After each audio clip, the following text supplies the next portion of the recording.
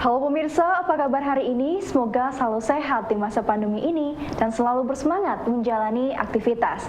Bagi pemirsa yang harus tetap bekerja di luar rumah, jangan lupa menggunakan masker. Hari ini, program Berita News Point hadir menjumpai Anda bersama saya, Amirah Dinda. Selama 30 menit ke depan, News Point akan menyajikan berita terbaru seputar Universitas Brawijaya dan Malang Raya. Jangan kemana-mana, keep on our channel News Point.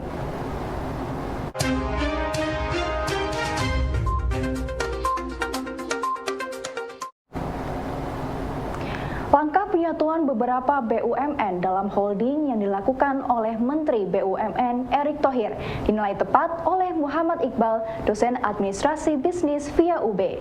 Menurutnya, penyatuan ini untuk merapikan portofolio bisnis dari beberapa BUMN sehingga rentang kendalinya lebih ringan. Selain itu, dalam konteks BUMN pariwisata yang baru saja dibuang holding, menurut Iqbal juga agar ekosistem bisnis pariwisata di tubuh BUMN lebih terintegrasi. Dengan holding ini diharapkan kemampuan BUMN nantinya kinerja perusahaan dapat lebih bagus dalam melayani masyarakat dan mampu memberikan dividen lebih besar kepada pemerintah. Holding itu kan dibuat sebetulnya untuk mempersatukan portfolio, jadi menyatukan portfolio bisnis. Ya. Kalau kita lihat ada beberapa, salah satunya merger ya, holding kepelabuhanan, Pelindo 1, 2, 3, 4 itu di merger, sehingga harapannya apa? Harapannya adalah menyatukan portfolio usaha, portfolio bisnisnya, terutama konon katanya peti kemas, karena bisnis modelnya pelabuhan Indonesia itu banyak volume ya, banyak volume yang tercecer atau tidak menjadi satu kesatuan portfolio, sehingga daya saing dengan perusahaan sejenis itu menjadi relatif agak lemah. Tetapi dengan bersatunya portfolio itu di pelabuhanan, maka secara tidak langsung saat ini kalau tidak salah portfolio usaha pelabuhan Indonesia ada di tingkat 8 ya secara global. Nah, kalau menanggapi tentang tadi pariwisata itu kan ada, kalau di catatan saya itu BUMN pariwisata itu terdiri dari Hotel Indonesia Tour PT Hotel ya, ada Sarinah, lalu ada Angkasa Pura 1, Angkasa Pura 1 dan 2 ya, sehingga itu ada penyertaan modal ya, ada penyertaan modal negara ke dalam modal saham PT Aviasi Pariwisata Indonesia. Jadi holdingnya kan namanya PT Aviasi ya, Aviasi Pariwisata Indonesia. Jadi singkatannya akhirnya jadi apa? Aviata ya, Aviata. Nah, harapannya ada sinergi yang baik. Jadi ini kita lihat ada ekosistem di situ. Jadi ada yang menyediakan hospitality-nya, ada yang menyediakan layanan udaranya, ya. Dan ini harapannya dengan munculnya holding ini tadi, maka memperkuat portfolio. Jadi menyatukan ekosistem juga, menyatukan ekosistem usaha. Pembelajaran daring yang selama ini berjalan pada masa pandemi yang banyak menggunakan video memiliki beberapa persoalan seperti membutuhkan kuota besar dan jaringan internet yang membadai. Hal tersebut memberikan inspirasi bagi Rizal Rosadi untuk meluncurkan aplikasi pendidikan berbasis audio yang tidak membutuhkan kuota besar dan jaringan internet dengan nama Pernah Dengar. Menurut Rizal, dengan aplikasi Pernah Dengar ini, maka beberapa keluhan yang selama ini dirasakan oleh orang tua maupun siswa dapat berkurang sehingga proses belajar daring dapat berjalan lancar. Jadi pernah dengar adalah aplikasi pendidikan yang berbasis audio. Jadi kita ingin memberikan solusi pendidikan dengan adapt dengan teknologi gitu. Dan akhirnya kita memberikan konten secara audio. Kenapa audio? Karena kita lihat problemnya kan sekarang kan apalagi waktu Covid screen time-nya anak kan tinggi. Nah, di situ ada problem tuh di situ. Nah, gimana kalau anak kalau belajar tapi screen time-nya tinggi banget kan nggak baik buat kesehatan gitu lah. Nah, akhirnya kita adapt gimana kalau pembelajaran kita move ke audio gitu lah. Dan yang kedua problem yang di Indonesia apalagi ya ini masalah kuota dan internet. Nah, ini kan juga salah satu problem kalau kebanyakan video kuotanya kan tinggi gitu kan. Dan keterbatasan internet kita kan masih banyak tempat-tempat yang pakai 3G yang belum 4G. Nah, itu salah satunya gitu. Jadi kita kan kontennya juga hemat secara kuota dan juga secara internet pun aman gitu. Jadi untuk streamnya pun itu aman banget. Kita lihat problemnya di situ gitu. Nah, untuk pembelajarannya di kita basisnya tadi emang audio ya, dan untuk aksesnya menggunakan browser gitu. Jadi nanti dari browser pernah dengar.id dan nanti bisa di-download itu di HP iOS atau Android.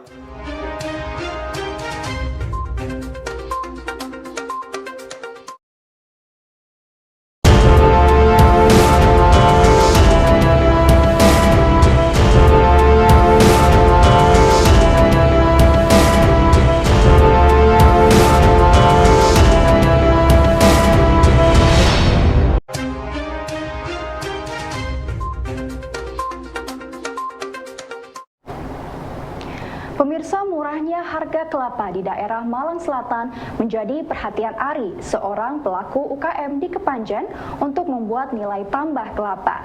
Dengan merek Nesvera, Ari mengubah kelapa menjadi cemilan untuk keluarga.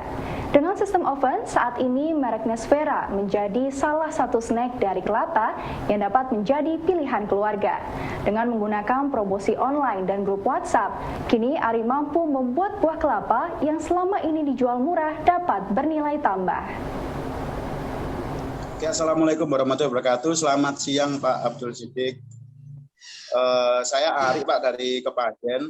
Nah, saya produsen keripik kelapa. Ini sudah saya mulai kurang lebih 6 bulan yang lalu, Pak. Nah, kenapa saya kok milih keripik kelapa oven? Karena untuk pasar camilan snack, Pak ya, ini pasarnya masih terbuka lebar, Pak. Peminatnya masih banyak. Nah, kenapa kok saya pilih kelapa? Karena di kabupaten ini, khususnya Malang Selatan, Pak, ini bahan baku kelapa sangat melimpah, Pak, dan sangat murah sekali, Pak.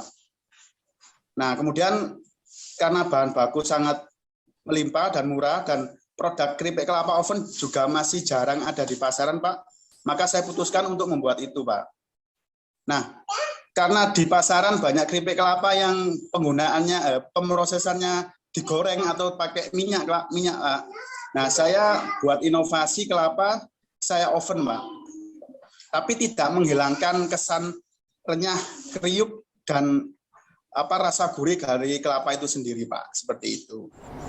Menikmati makan dan minum di pinggir sungai dan telaga dengan udara sejuk dari alam menjadi pilihan tepat untuk Anda yang ingin bersantai sejenak dari rutinitas. Anda bisa berkunjung ke Kafe Kali Telaga Sari Garden yang berlokasi di Dusun Begawan, Desa Pandan Sari Lor, Kecamatan Jabung, Kabupaten Malang. Kafe ini merupakan usaha mantan Kepala Desa Pandan Sari Lor, Hadi Suyitno. Lahan yang digunakan merupakan lahan pribadi yang berupa perbukitan dan di tengah-tengahnya dialiri sungai. Kafe ini tak pernah sepi pengunjung. Rencananya, Telaga Sari Garden ini akan dikembangkan menjadi pondok wisata dan bumi perkemahan.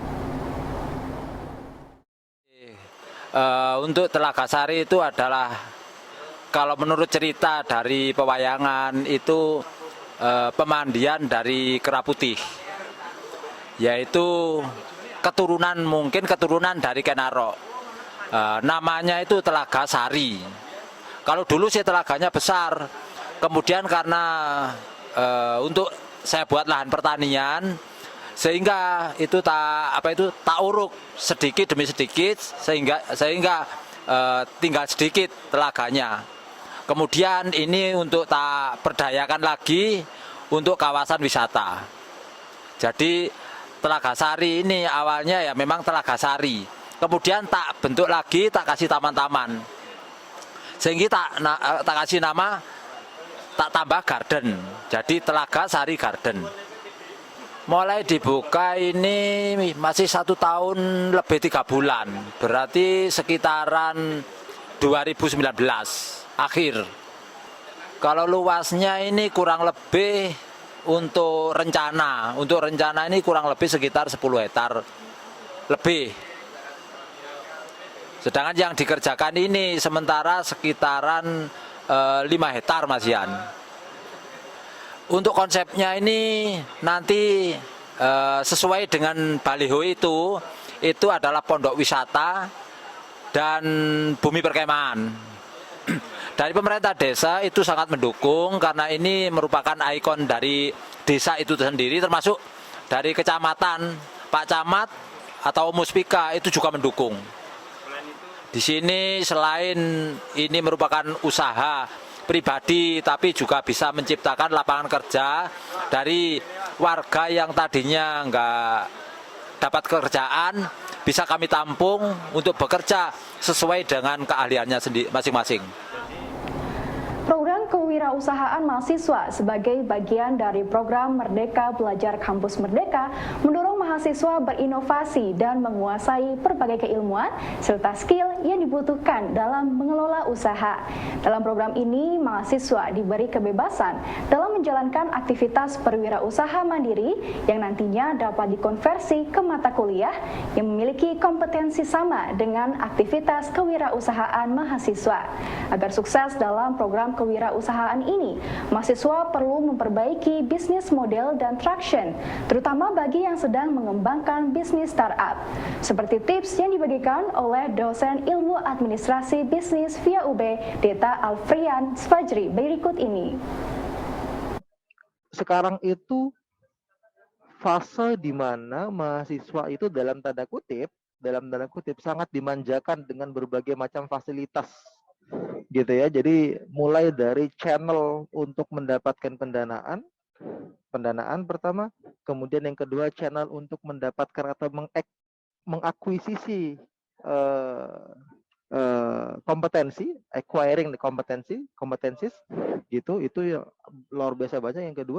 Yang ketiga adalah peluang untuk menceburkan diri ke dalam networking circle yang bisa ngebangun mereka gitu. Itu sekarang banjir banget gitu, berbeda sama zaman kita kuliah zaman saya kuliah juga gitu ya. Itu sudahlah kita masih khawatir dengan bisnis yang dari internet, apakah itu bodong atau enggak gitu kalau zaman dulu gitu kan. Kalau sekarang udah all the things dari internet semuanya, dan startup angkatan Tokopedia dan angkatan Bukalapak dan juga angkatan Gojek, saya rasa itu juga sebenarnya secara bisnis sudah berakhir gitu. Berakhir bukan berarti berakhir mati ya, tapi secara fase mereka sudah selesai sebenarnya. Fase berikutnya dari startup adalah fase dengan kecerdasan buatan, dengan IoT, dengan Internet of Things-nya mereka, dengan robotiknya mereka gitu. Jadi yang pertama mungkin ini kalau diminta tips ya gitu, mungkin yang bisa dilakukan oleh teman-teman mahasiswa adalah mematangkan bisnis model sekaligus memperbaiki traction mereka. Nah, kalau di startup atau di bisnis itu ada traction, Mbak. Jadi traction itu nggak melulu soal masalah revenue, nggak melulu masalah omset, tapi kita bicara soal apa performance yang akan dilihat di investor selanjutnya gitu. Jadi kalau ngomong startup, Mbak, jadi untuk startup dari 0 ke 1, ya ini istilah saya ya, dari 0 ke 1 itu membutuhkan kompetensi sendiri yang berbeda dari 1 ke 10 gitu. Dari 10 ke 1000 kompetensinya beda lagi. Dari 1000 ke 100.000 beda lagi kompetensinya. Dari 1000 ke 10 juta beda lagi kompetensinya. Jadi di setiap stage itu mereka punya kompetensinya masing-masing. Nah, teman-teman ini at least setidaknya dari 0 ke 1 dulu nih. Dari 0 ke 1 ini memastikan bisnis modelnya itu bisnis model yang bisa diterima oleh market. Yang pertama. Yang kedua adalah ada traction-nya. Traction itu bisa jadi usernya ada, kemudian MVP minimum viable produknya jalan, kayak gitu. kalaupun kemudian ada revenue yang mungkin nggak banyak, tapi ada revenue yang dia dapatkan meskipun kemudian juga tidak banyak. Jadi mungkin yang bisa jadi saran saya adalah teman-teman bisa coba untuk mengelaborasi tiga benefit yang didapatkan atau yang sekarang sangat membanjiri, yaitu adalah channel untuk mendapatkan pendanaan, channel untuk meningkatkan kompetensi, dan channel untuk bersosialisasi atau punya networking, punya circle itu sendiri. Dan tiga ini harus punya output. Outputnya itu apa? Bisnis model yang diterima oleh market, yang pertama. Yang kedua adalah traction yang memang proven gitu ya. Jadi ada tractionnya, bisnisnya jalan. Yang sering saya sampaikan ke teman-teman itu jangan terlena dengan ini Mbak, dengan menang di lomba ini, lomba itu, dan seterusnya. Tapi mereka nggak bisa well proven di market gitu juga untuk apa gitu.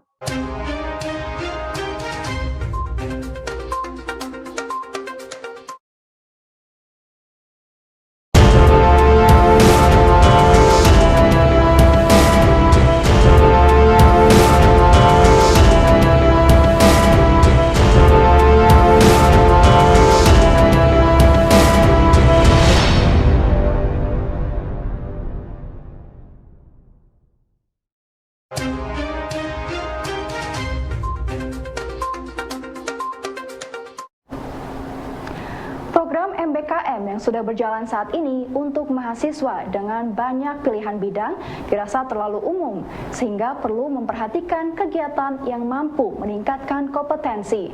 Dalam pandangan Ketua Prodi Ilmu Kelautan UB, Devri Yona, MBKM saat ini mampu dalam konsep merdeka dengan pilihan yang banyak. Namun menurutnya perlu dirancang program MBKM oleh fakultas yang sesuai dengan kompetensi keilmuan, sehingga mahasiswa juga dapat mendalami keilmuan mereka. Dengan pilihan ini, maka mahasiswa lebih banyak pilihan antara memperdalam keilmuan dan mencoba mencari keilmuan baru yang di luar keilmuan fakultas. Sehingga akhirnya yang sudah dilaksanakan oleh angkatan-angkatan aktif ya 2018, 2019 itu rata-rata adalah MBKM yang dikeluarkan oleh Dikti misalnya atau UB secara garis besar gitu. Dan yang sudah dilaksanakan kemarin ini memang lebih banyak kepada program-program general gitu.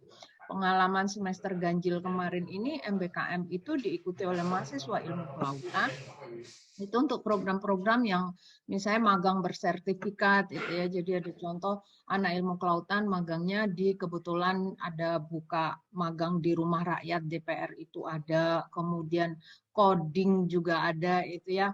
Jadi akhirnya kesannya sangat umum sekali, memang MBKM ini sangat merdeka bagi mahasiswa.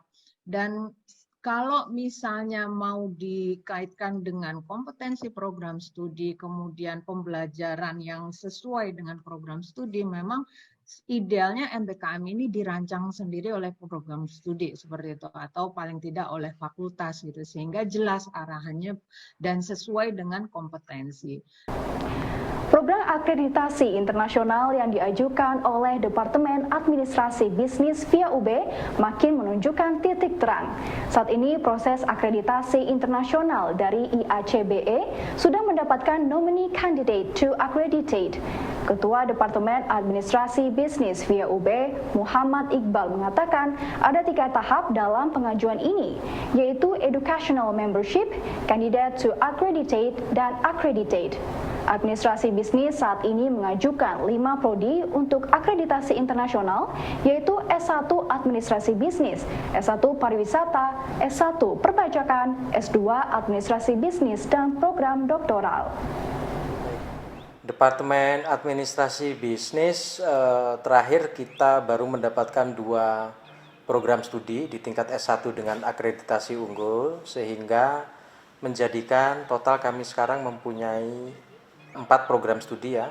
Di tingkat S1 ada 3 program studi, administrasi bisnis, perpajakan dan pariwisata, lalu ditambah lagi 1 program magister administrasi bisnis, itu semua sudah akreditasi unggul.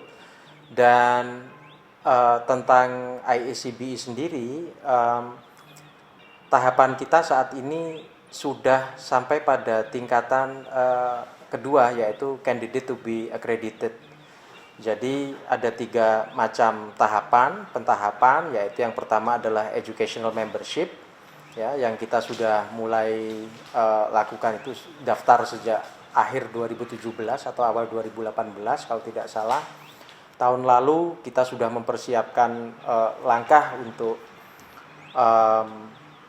memperoleh akreditasi itu dengan meningkat 1 tahapan menjadi candidate to be accredited untuk kita mendaftarkan yang pertama S1 Administrasi Bisnis, S1 Perpajakan, S1 Pariwisata, S2 Administrasi Bisnis, dan juga 1 program doktoral.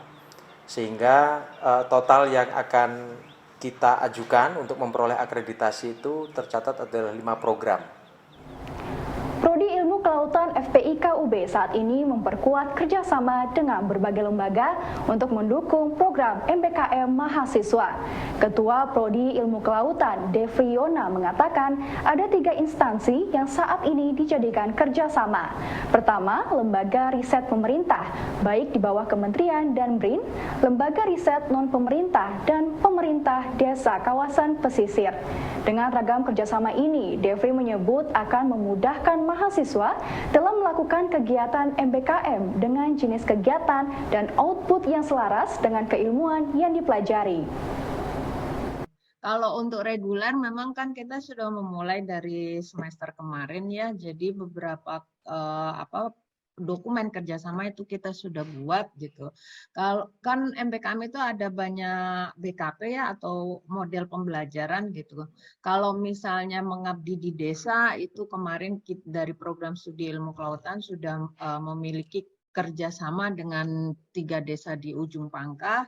Pak Sidik tahu ya, di ujung Pangkah Gresik itu Banyu Urip, Pangkah Kulon, Pangkah Wetan. Itu untuk dokumen kerjasamanya. Kemudian kalau misalnya untuk BKP riset gitu ya, riset itu kita sudah ada kerjasama dengan Mero Foundation yang di Bali. Kemudian beberapa dosen seperti Pak Ade cukup aktif untuk menginisiasi kerjasama ekoton gitu ya. Kemudian kalau misalnya dengan instansi pemerintah, kita juga dengan mungkin meskipun sekarang agak sedikit ada perubahan dengan BRIN dan yang lainnya ya, saya juga belum tahu ke depannya bagaimana, tapi seperti lembaga-lembaga riset pemerintah itu sebelumnya kita juga sudah menjalin kerjasama seperti dengan BEROL, Balai Riset Observasi Laut yang di Perancak itu, BPSPL itu. Jadi nanti tinggal sebenarnya ini butuh komitmen bersama gitu, karena kalau kita juga nggak bisa meminta mahasiswa untuk melaksanakan MBKM hanya dengan modal dokumen kerjasama, tidak, tapi harus dirancang benar-benar gitu ya programnya, karena kita akan mengirimkan mahasiswa dalam rentang waktu yang cukup lama gitu.